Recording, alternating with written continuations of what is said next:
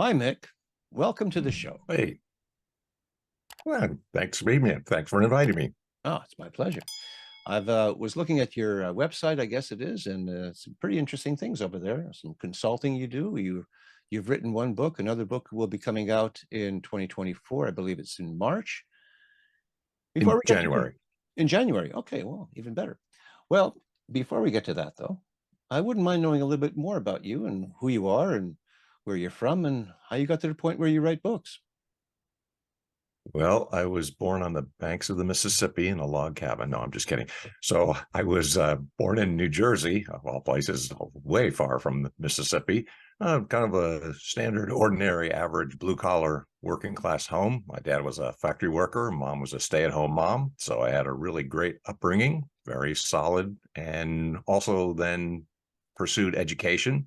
That's why I have this nom de plume, the Doctor of Digital. I'm a recovering academic. So I've been in academia for a very long time and had done different executive type positions. I was a professor of liberal arts, humanities, and my field is actually history of religions, as I always say, of all things. But it was an interesting field for me. And I've always been into music, which obviously we share that in common. Never played anything. When people ask me, what do you play? I say, I play the radio because I don't play any instruments, but I've always been fascinated by music. When I heard Ray Charles hit the road jack, I just couldn't believe what I had gotten in my ears. I said, my gosh, what is that sound? So I've always been interested in music.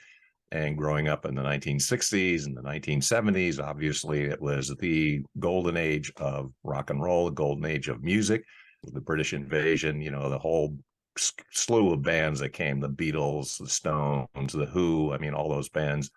And I got attracted and interested in a rock and roll band and saw first rock and roll concert in September 14th, 1973, which was Mott the Hoople.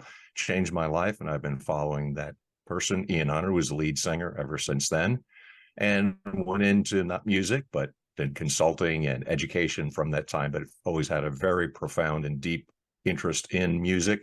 So when people would ask me, I'm the guy who would open up the liner notes and I would know who was the bass player and what band was he in and what other albums he was on. I was the guy who just involved myself in all of that trivia and have always stuck with me my entire life. So feel very fortunate in a lot of ways. Okay, very good. Well, those albums were filled with reading material. I love reading liner notes. When CDs came around, it was not the same thing. Absolutely. Yep. Yeah. I miss them. You had Yeah. the gatefold and, Oh, the ones that my opened up like buddies and I, that. and Yeah. Some had little of booklets and course, wonderful, wonderful. Yeah. it was fantastic. It was a social experience. What I try to tell young kids today, what you don't see, it's like we had a playlist, but it was maybe 645 you could get on a little record player. And so you had to talk about the music and you had to talk about what single wanted to hear. And also when you played albums, and then I'm old enough to remember 8 tracks, the same idea. So you had to Mhm. talk about it. And we were always with our friends talking about it. And actually got me through college. And the first thing I had really got interested in was broadcasting. So when I showed up at the college, they said, well, you obviously have a face for radio. So I was into broadcasting. And I also got into podcasting because it seemed like, wow, this is just like radio again. It's broadcasting Yeah. all over again in Yeah. some other way. So got a Mhm. couple podcasts as well. Oh, cool. Well, we got a lot to talk about. Now, you've written one book, and the other one is going to be released. The second one, the one that's going to be released in January, in fact, is about Ian Hunter. You want to talk about that? Yes. Sure. It's one of those things like when Mott the Hoople came around, they were not the hugest band in the world. So everybody knew the big bands, the Beatles, Led Zeppelin, the Stones, and what have you. But Mott the Hoople was kind of an unknown quality, which for my buddies and I, and for me, I said, well, it's like our band. And when I've talked to a lot of the fans that had followed Mott the Hoople, the Clash and Joe Elliott and people like that, that's pretty much what they would experience as well too. They were a very friendly, outgoing band, and got really close to their fans.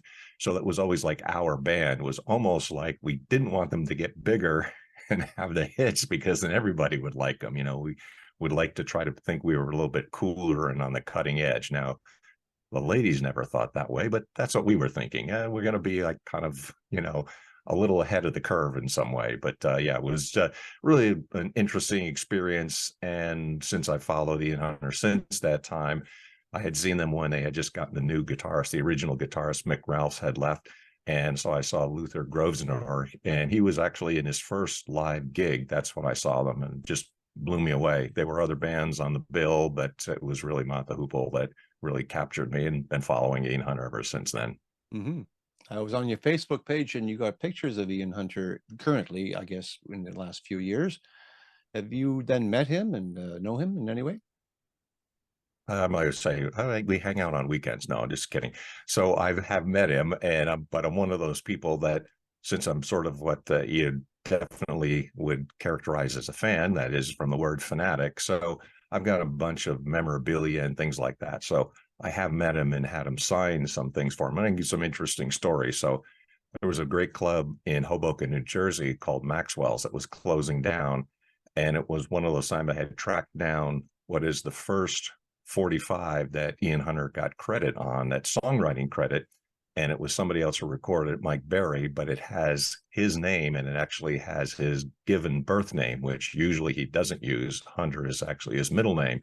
So I went up to Ian and I said, "Hey, would you mind signing this?" And like I have at other opportunities, and he signs it, but he kind of looked at it. He said, "What is this?" And I said, "Well, just what I'm saying here. This is actually the first 45 that you got songwriting credit on, and it's actually with your real name, which is almost never happened. There's a couple of other songs as well that he did." And he looked at it and he said, "Well, I don't even have one of those." And I was thinking to myself, I hope he doesn't ask me for it, because I had tracked it down. It's like, it's hard to get a hold of. So he didn't, but he did sign it. And I thought it was kind of interesting. It says a lot about him, I think, as a creative artist. He never looks backward. Now, a lot of people, I don't know about you, but your first girl, your first love, your first car. I mean, I remember all these things Yeah. with the sharpest of memories, but he doesn't look back. And that has been characteristic of his entire career. So I always thought, how come this was the first thing you ever really did and got credit for, and not really important enough for you to hang on to? And he has done that a number of times with songs. Some of his best songs are on hard to get CDs, or ones that have not been released when he was recording albums. So he's got outtakes and things like that. So very interesting artist in that respect. And that's, I guess, one of the attractions that I thought, I liked his creativity. I liked the fact that he was always pushing the limits. And when I made a point about, say, the 1960s and 1970s, because he started his solo career in 1975, and here he is. He's only 84 years young, just released one album, Defiance Volume 1 and Part 1. He's going to have Part 2 out sometime soon as well. He's always pushing himself, and that's what I always liked about that particular era of music. They were pushing themselves and always wanted to be creative and not repeat themselves and do the same things over and over again. So it's one of the other reasons I enjoy his music. Yeah, yeah. So is this book then a biography of Ian Hunter? No, there's actually a very good 2-volume work by Campbell Devine, which I thought I used quite a bit, but I have a completely different approach. And I think it kind of updates some of the things that Campbell Devine did, because he does have an authorized 2-volume biography. And also Adrian Perkins has done a great job for a lot of us, especially during the 80s and 90s, before the internet was really hitting and you couldn't get information. And there were people that were collecting information about Ian Hunter and Mott the Hoople. But other than that, this is the first song by song analysis of every single solo song that Ian has written since 1975 right up to the present, which is the last volume that came out with Defiance Part 1 right up until 2023. And he's going to be having another one, though no one has done this. And what I did is I tried to make references to some of the things that first Ian has said about his own songs, which again, I think is kind of interesting, because when he makes comments about some of his songs, he says, "Oh, that was really daft. I just didn't like that song." I thought, well, that's unusual. Most songwriters just don't really say or criticize their own work. But then there are also things that he makes references to a lot of things. I describe him as an individual that is not an intellectual, but obviously intelligent and well-read, because he makes a lot of literary references, historical references, and you have to look up and know sort of what he's talking about. So when he writes about, say, American history, and he writes about British history and things like that, he makes references. And what I tried to do is to say, I'm going to take this song by song analysis and say who are the musicians on it, what style it was in, but also try to explain some of the things that he's referring to. And when you explain those things, I think a lot of us as fans can appreciate what he has said and what an artist says more as a result. The more you know, the more you can appreciate, I guess, is the thinking. Fascinating. Very fascinating. I know this show is not about me, but I did that with my music since I couldn't find a person like you to be such a big fan of mine. So I decided I would do the very same thing, but from my point of view, explain every single line of everything I ever wrote. Yeah, that's really good. And, a lot of songwriters I notice they don't like that. So I appreciate the fact that you do, because there are some of us, and I think Ian has done, he's written a fair amount on analysis of his own songs, which a lot of songwriters don't. They're a little bit cagey. They don't really want to say, well, what this is about, and you interpret the way you want. I'm thinking of a Bob Dylan, for example. I mean, what's Bob talking about in some of his songs? He's got so many words in so many of his songs. You can interpret it any way that you want, but the fact that you did this and someone like Ian Hunter did about his own songs, it helps us to put it in context and to put it understand. One of the things that he's done, he's talked a lot about, I think he's the most biographical rock artist I've ever heard or listened to. I can't imagine, say, the Stones or the Beatles or Led Zeppelin talking about themselves or personal relationships or ideas that they have in such a personal and autobiographical way. But a lot of his songs, the more you listen, you more realize that he's really talking about his own life, and he's describing what he has done, his childhood, his upbringing, then personal relationships and the music business, and he's got everything in between there too. He talks about the nature of God and what is happening in Great Britain and America. So there's a lot of things like that that really give a full view of what he thinks and what he believes about the world. Cool. Really good. So right now it's in the editing process, or where is it? Where does it stand right now? We're recording this, by the way, for those who see this in the future, in November of 2023. So we're a couple of months away from a release. Yeah, it's going through the process, and I was pleased to see, and here's what the backstory is, that there was a volume at Sonic Bond Publishing that I'm working with, and there was a volume on Mott the Hoople that came out. And so I contacted the publisher and I said, has anybody written about Ian Hunter's solo songs? Because this was about the Mott band.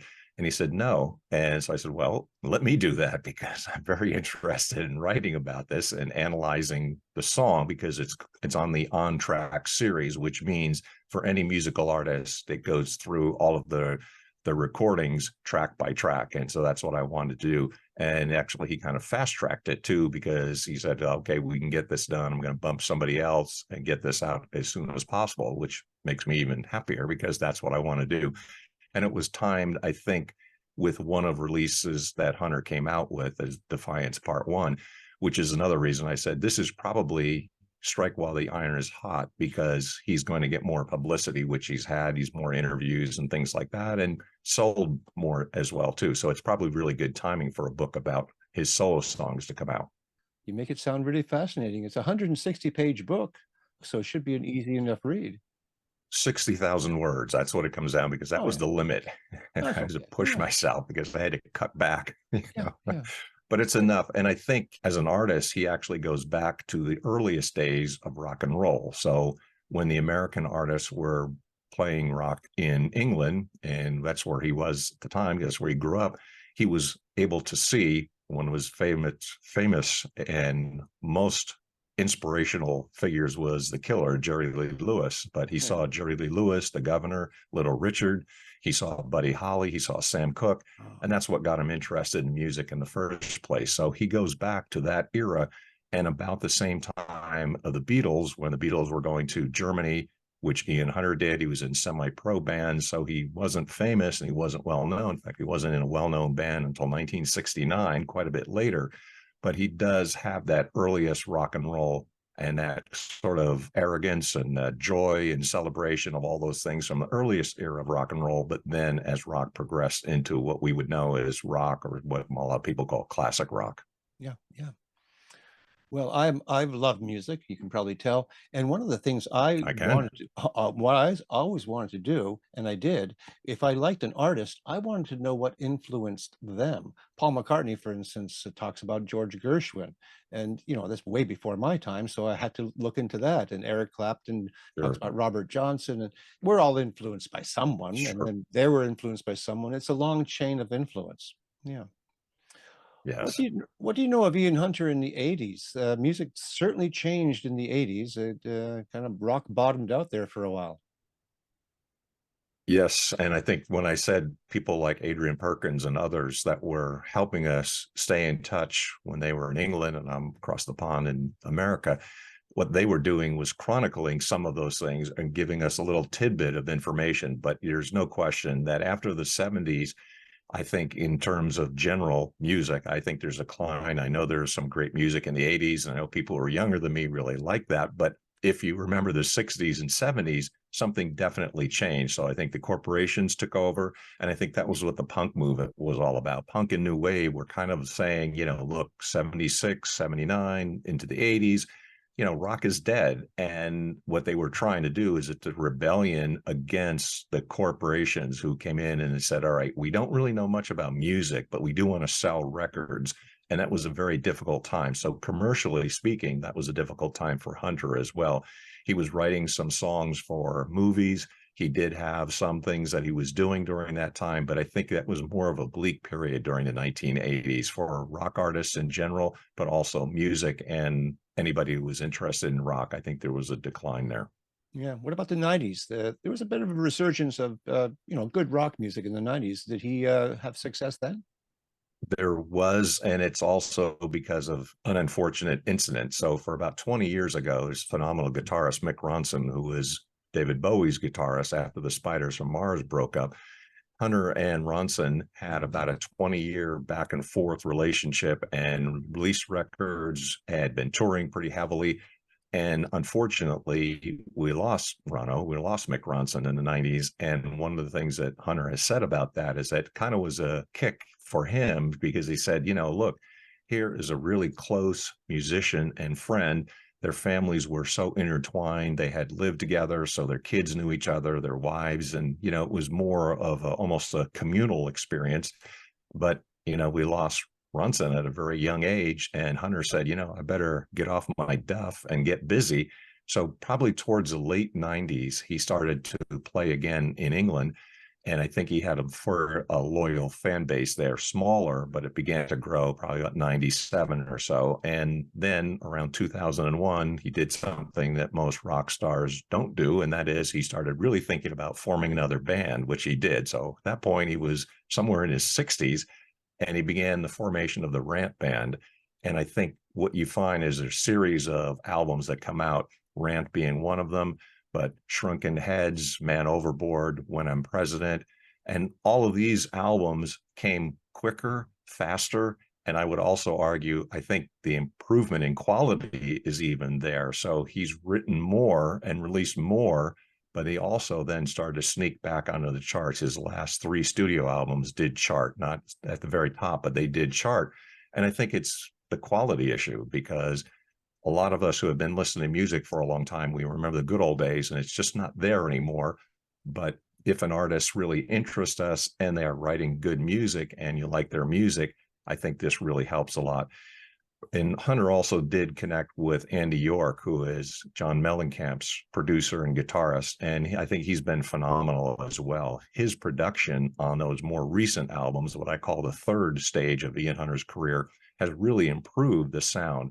So listening to the music and the colors that are in there, I would describe, and the great collection of great musicians that he's got in the Rant Band really helped out a lot. But he's, again, like I said, he does a lot of different things. He had done a series of concerts and recorded a couple of them with a 14-piece orchestra. Hmm. Pretty interesting. It's called Strings Attached. And he had new arrangements for all of his hits and all of his songs.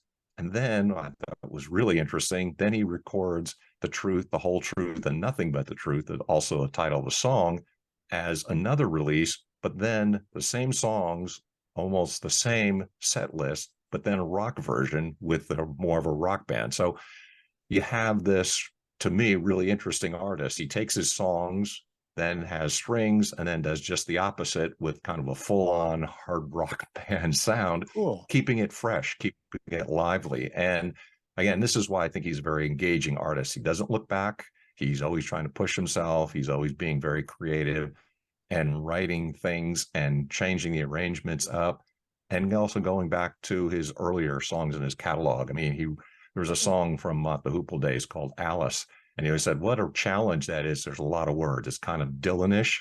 Mm-hmm. And he challenged himself, and he said, I'm going to perform this again. And he did. So sure enough, he did. And it's just, to me, it's what an artist should be when you make reference to the Beatles. I mean, what was the great thing about the Beatles? I mean, they're phenomenally talented. And like you say, their influences, Gershwin and British musicals and things of that nature. He's pulling from all different influences. And to me, that's what an artist really does. I'll give you another example of his artistic integrity. Hunter was offered 2 different spots for a lot of money for both to be a lead singer of Uriah Heep and also The Doors.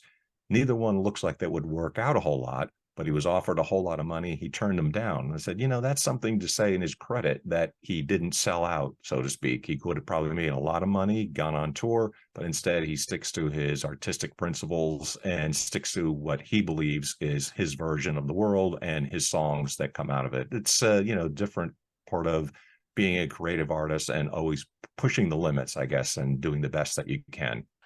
Well, what I'm really impressed with is that there is no Mott the Hoople reunion tour. I must say, I get a little tired of reunion tours, or as you say, Uriah Heep wants to get together, or the Doors. I mean, seriously, like, I suppose he could have done the vocals, but I wouldn't have bought it. There's no way I would. No, No. it's not him. I mean, Yeah, it's Jim Morrison was obviously a very yeah, different character. yeah. And even in Uriah Heep, it's not really the kind of style that he does, because they have kind of various styles and they're their own songs. But if you're a songwriter, I mean, there's sort of a purity about that. And it's Absolutely. really, you have to stay true to your own artistic calling and what you can do, as opposed to being a part of a band or some other venture. Mm, I'm really feeling your passion there. That's excellent. I'm definitely going to look into it. You mind talking about a book that you wrote a few years ago called Burning America in the Best Interest of the Children? I hope it is. And what it has done is tied into some other things that I do, because I'm co-host of the Aftermath podcast. And so what has happened to a number of us that we didn't choose is that someone, that is that other person, that spouse, took off with our child or our children. And this is what happened to me.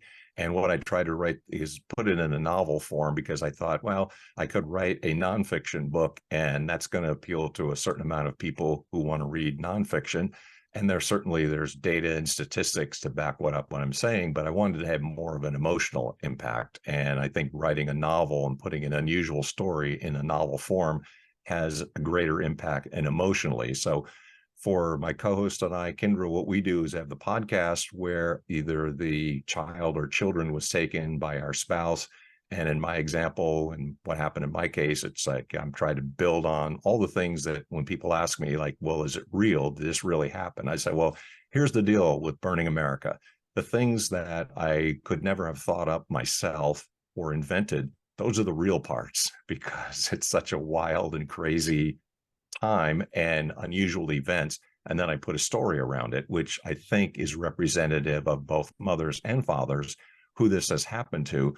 But we also were trying to bring awareness. And with the novel, I was trying to do that. And that's the subtitle, In the Best Interest of the Children, with a question mark, because once you get into the family court system, this is what everybody tells you, that, oh, yes, we're doing things in the best interest of the child or the children. And my experience, like a lot of parents, will find out, no, it's really not. That everybody's in it for the money. So you have counselors, you have lawyers, you have judges, you have all these people. They're all making money from this system. And I believe that it's a corrupt system. And so what we'd like to do is try to bring awareness and really help people through this, because a lot of us feel once it happens to us that we're truly alone. So I'll give you an example of how the novel starts. And again, this is kind of the real part. This really happened. I pulled up in my driveway after work one day, and I could see from the driveway this was going to be a very different day. That is, the door was sort of open and the furniture was gone. And so I got in the house, and yes, literally everything was gone. Anything of value had been gone from the time I went to work until when I came home.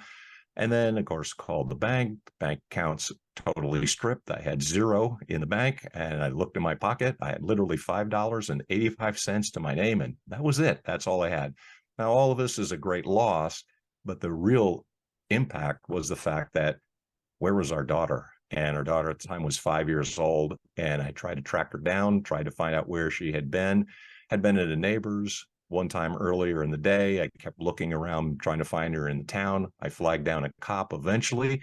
And I said, I know that one time our daughter was at the neighbor's house. Maybe you could try and call and see if we can track her down. So I was living in Pennsylvania at the time. And over the police radio, this is literally how I found out where our child was, because over the police radio, I heard it crackle and it said California. So our child was 3,000 miles away. So the novel is telling the story of how these things can happen, how they have happened, and then what you can do to try to get your child or children returned to the home, because I had been in the family home this whole time and wanted her child back to what I thought was be a stable life for her, back to her home, back to her school, and all the things that she knows, back to her neighborhood. It took 3.5 years for that to happen. Wow. Wow. And you say you have a podcast where you discuss these matters. This book is then Yes. used to help people. How does it sell? How does that work? How does it help people? Well, it's something the way it came about, I think it was, again, fortuitous. I think there's a plan from the man upstairs. There's a divine plan. So I had to experience what I had, and I released the novel. And Kendra, as my co-host, we had a mutual friend who said, you guys have kind of similar stories, but, we got man, woman, father, mother, but you guys should talk. And she actually interviewed us on her podcast. And then we said, maybe this is something that we should do. So that's how we started the podcast, literally. And so I think it works because you get both perspectives. And that's what happens. And I think you don't want to say that you bias on anybody's point, that it can happen to anybody, whether they're a mother or a father, or male or female.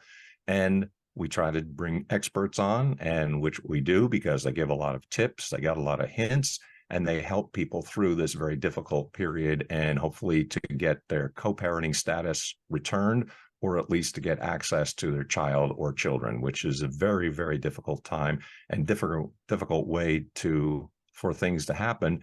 Now, we were thinking of, as my title of the novel, Burning America, but as we've discovered, there are people that, of course, in England who are experiencing this. We've had contacts from people in Japan. We've had people in Australia. So it's kind of a worldwide issue with families. And what we would hope to do is to try to help people out and get through a difficult period. Yeah. Have you had response from people who have gone through this, bought your book, read it, and benefited from it? I think so. And I think definitely we can say the case for the podcast. And that's what's really helpful, because I think what we're doing is addressing the issues that and meeting them where they are. So very happy the fact that now Kendra and I have celebrated our first year anniversary as of September, and we get some really good positive contacts through this, and also some really good things where people are saying, this has really helped me. I'll give you the example. This gentleman from Japan was just a listener, and he said, you may not know what's going on here, but I'm going to contact you after listening to your podcast, and it helps. So that's what for us is really reassuring, that if you're a musician, you guys can relate to this. Is anybody listening to my music? Does anybody care? I mean, it's that kind of thing. But when you touch people emotionally, and especially something that is so heartfelt and so gut-wrenching as something like this, then you feel like you're on the right track. And I would say, if it helps one person, okay, that's fine. I mean, and it's done more than that, and hopefully more. But if you can help and assist anybody through this. And one of the other things that came out with the novel, I said, I actually sat on it for a long time. So I wrote it when these events originally happened. It was between 1998 and 2001.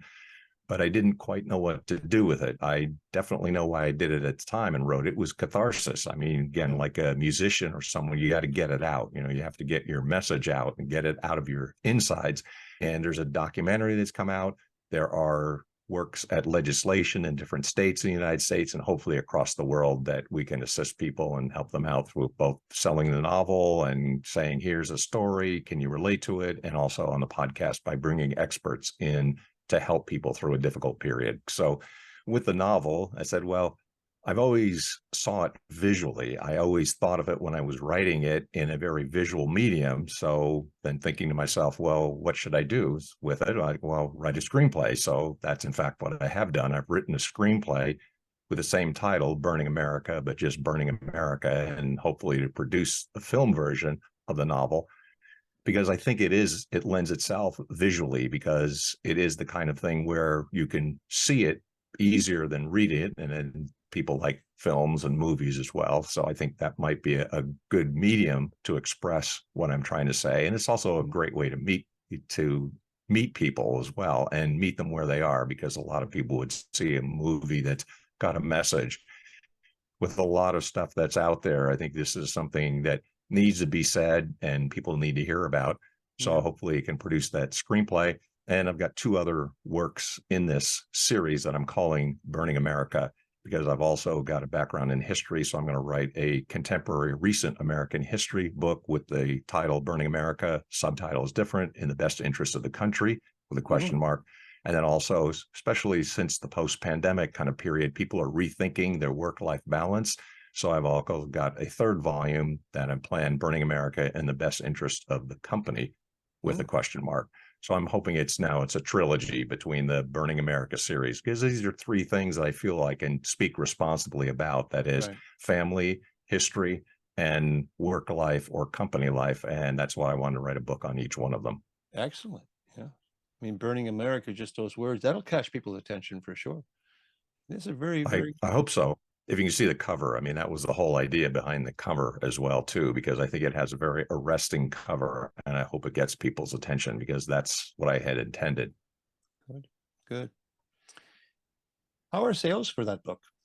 Well, I think like a lot of people would say, here's what people don't understand about selling books. And I know this from being an academic work. First of all, there's no academic books really sell. Like, you sell to other academics or libraries.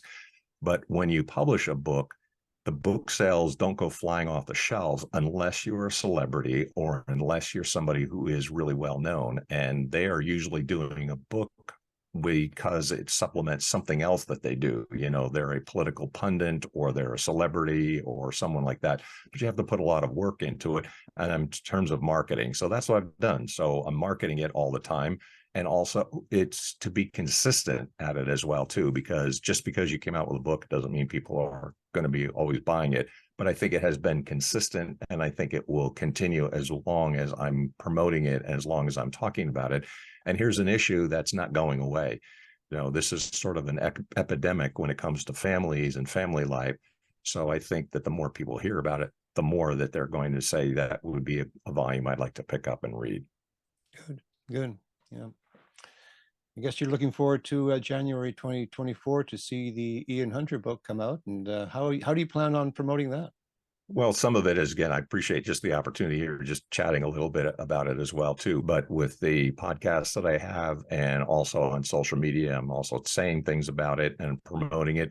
There is a group that I think there's a hardcore cadre of us, people like us who follow Ian Hunter, and hopefully appeal to them, because if you're a fan, you're going to enjoy the book. That's how I feel about it. Yeah. And I wrote it in such a way that I believe that it's entertaining and it's engaging, and it's a book for fans by fans. And hopefully it kind of spills over into people who are interested in rock in general or classic rock, because I think it appeals to a number of people. So promoting it, and this is what I would say for everybody, you know, young people all the time, they say, and I try to explain to them this, if they don't think they're a salesperson, I go, no, everybody's a salesperson in one way or another. And it's not like you can just rest on your laurels, but if you are productive and you think you have a message, I think like any musician or anybody who writes, if you have something to say, then you need to get out there and keep on doing it.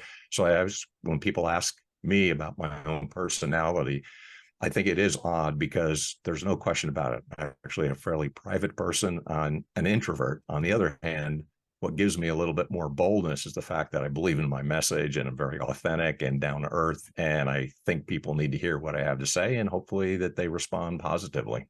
Okay. Well, Mick, this has been fascinating, and you make me want to check out Ian Hunter's music, like I said, and I will. Then I'll check out your podcast. It's been a pleasure speaking with you about this, these two diversely different books, and you're an interesting person. And when you write something new, I, please contact me again. We'll have you on. that'd be awesome. I appreciate the time and appreciate the opportunity. Thank you very much. You're welcome. You take care now. Thanks, you too.